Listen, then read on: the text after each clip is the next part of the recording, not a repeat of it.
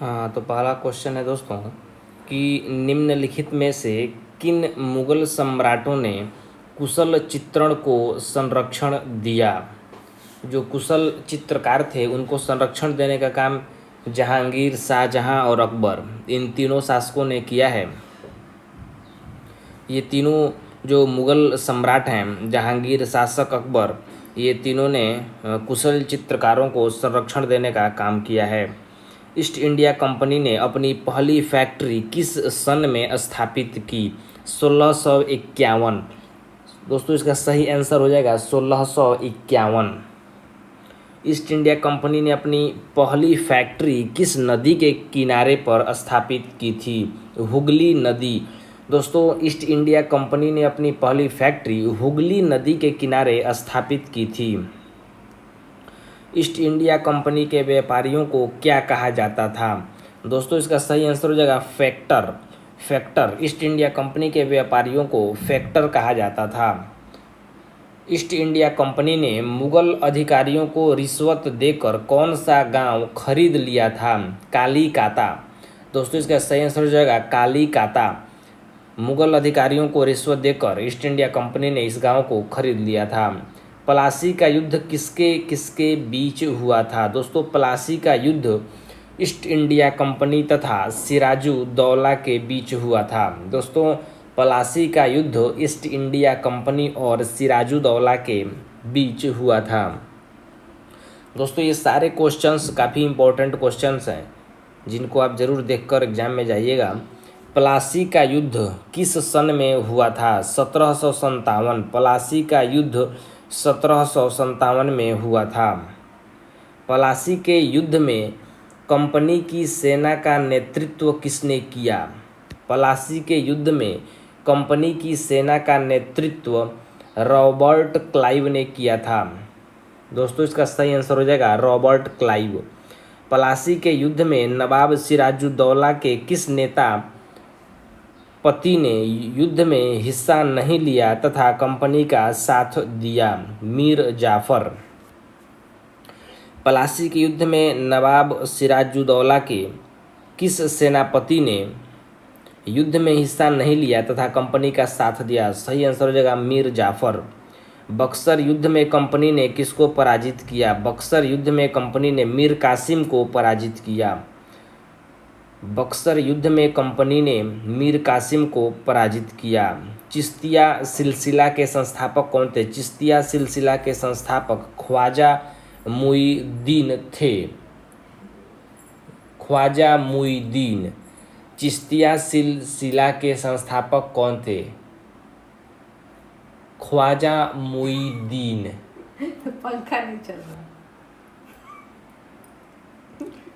खानकाह का संबंध है सूफी संत से। खानकाह का संबंध है सूफी संत से। अगला क्वेश्चन है किसी के उपदेश धार्मिक परंपराओं तथा आडंबरों के विरुद्ध थे? दोस्तों कबीर के जो उपदेश थे वो धार्मिक परंपराओं तथा आडंबरों के विरुद्ध थे। गुरु नानक द्वारा धार्मिक कार्यों तथा उपासना के स्थान को क्या कहा जाता था? दोस्तों गुरु नानक द्वारा धार्मिक कार्यों तथा उपासना के स्थान को धर्मशाला कहा जाता था। गुरु नानक द्वारा धार्मिक कार्यों तथा उपासना के स्थान को धर्मशाला कहा जाता था। गुरु नानक की रचनाओं का संग्रह किसने किया? दोस्तों गुरु नानक की रचनाओं का संग्रह गुरु अंगद ने किया है। गुरु अंगद। गुरु अर्जुन को मृत्यु दंड का आदेश किस मुगल सम्राट ने दिया? गुरु अर्जुन को मृत्यु दंड का आदेश जहांगीर ने दिया था। गुरु अर्जुन को मृत्यु दंड का आदेश किस मुगल सम्राट ने दिया था? जहांगीर ने दिया था। खालसा पंथ के संस्थापक हैं? दोस्तों इसका सही आंसर हो जाएगा ऑप्शन सी गुरु गोविंद सिंह। खालसा पंथ के संस्थापक हैं गुरु गोविंद सिंह। समारोह में लोगों को इकट्ठा करने के उद्देश्य से दीवाने आम व दीवाने खास का निर्माण किसने करवाया था? शाहजहां ने। समारोह में लोगों को इकट्ठा करने के उद्देश्य से दीवाने आम और दीवाने खास का निर्माण शाहजहां ने करवाया था। हौज ए सुल्तानी का निर्माण किसने कराया था? हौज ए सुल्तानी का निर्माण इल्तुतमिश ने कराया था। हौज ए सुल्तानी का निर्माण इल्तुतमिश ने कराया था।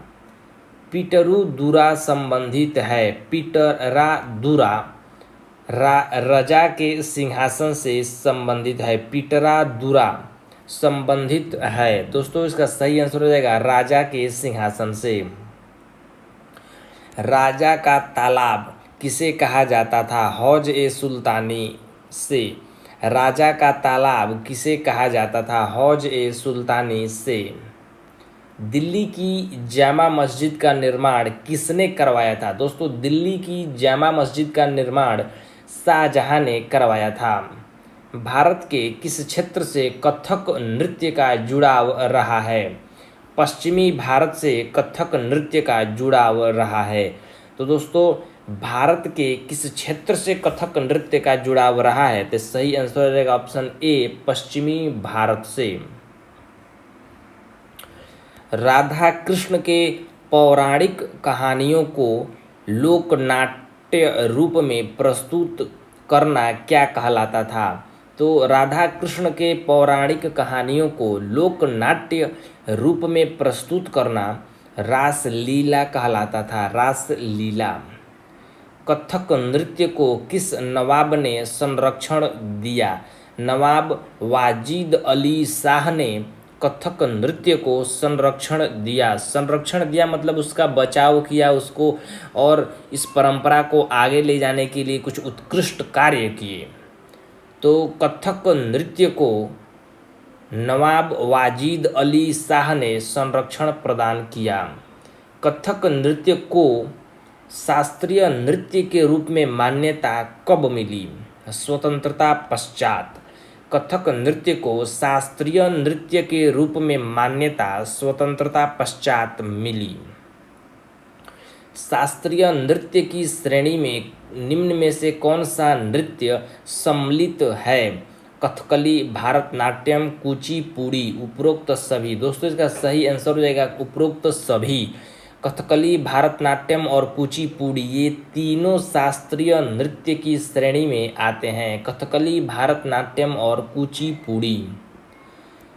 किस सम्राट ने उत्तर पश्चिम में यूसुफ जई के विरुद्ध अभियान चलाया था? औरंगजेब ने यूसुफ जई के विरुद्ध अभियान चलाया। किस सम्राट ने उत्तर पश्चिम में यूसुफ जई के विरुद्ध अभियान चलाया? औरंगजेब। औरंगजेब ने उत्तर पूर्व के अहोमों को कब पराजित किया था? औरंगजेब ने उत्तर पूर्व के अहोमों को कब पराजित किया था? 1663 यानी 1663 ईस्वी में पराजित किया था। किस सम्राट ने उत्तर पश्चिम में सिखों के विरुद्ध अभियान चलाया? दोस्तों इसका सही आंसर हो जाएगा ऑप्शन डी, औरंगजेब। औरंगजेब ने उत्तर पश्चिम में सिखों के विरुद्ध अभियान चलाया। औरंगजेब ने उत्तर पश्चिम में सिखों के विरुद्ध अभियान चलाया। औरंगजेब ने शिवाजी को कहाँ कैद कर रखा था? औरंगजेब ने शिवाजी को आगरा में कैद करके रखा था। औरंगजेब ने शिवाजी को कहाँ कैद करके रखा था? तो आगरा में। औरंगजेब दिल्ली का सम्राट बनने से पहले वह कहाँ का गवर्नर था? दक्कन। औरंगजेब दिल्ली का सम्राट बनने से पहले वह दक्कन का गवर्नर था। औरंगजेब दिल्ली का सम्राट बनने से पहले दक्कन का गवर्नर था। औरंगजेब की मृत्यु कब हुई? दोस्तों औरंगजेब की मृत्यु 1707 ईस्वी में हुई। दोस्तों औरंगजेब की मृत्यु 1707 ईस्वी में हुई। अगला क्वेश्चन है, अबुल फजल की पुस्तक अकबरनामा की कितनी जिल्द है? अबुल फजल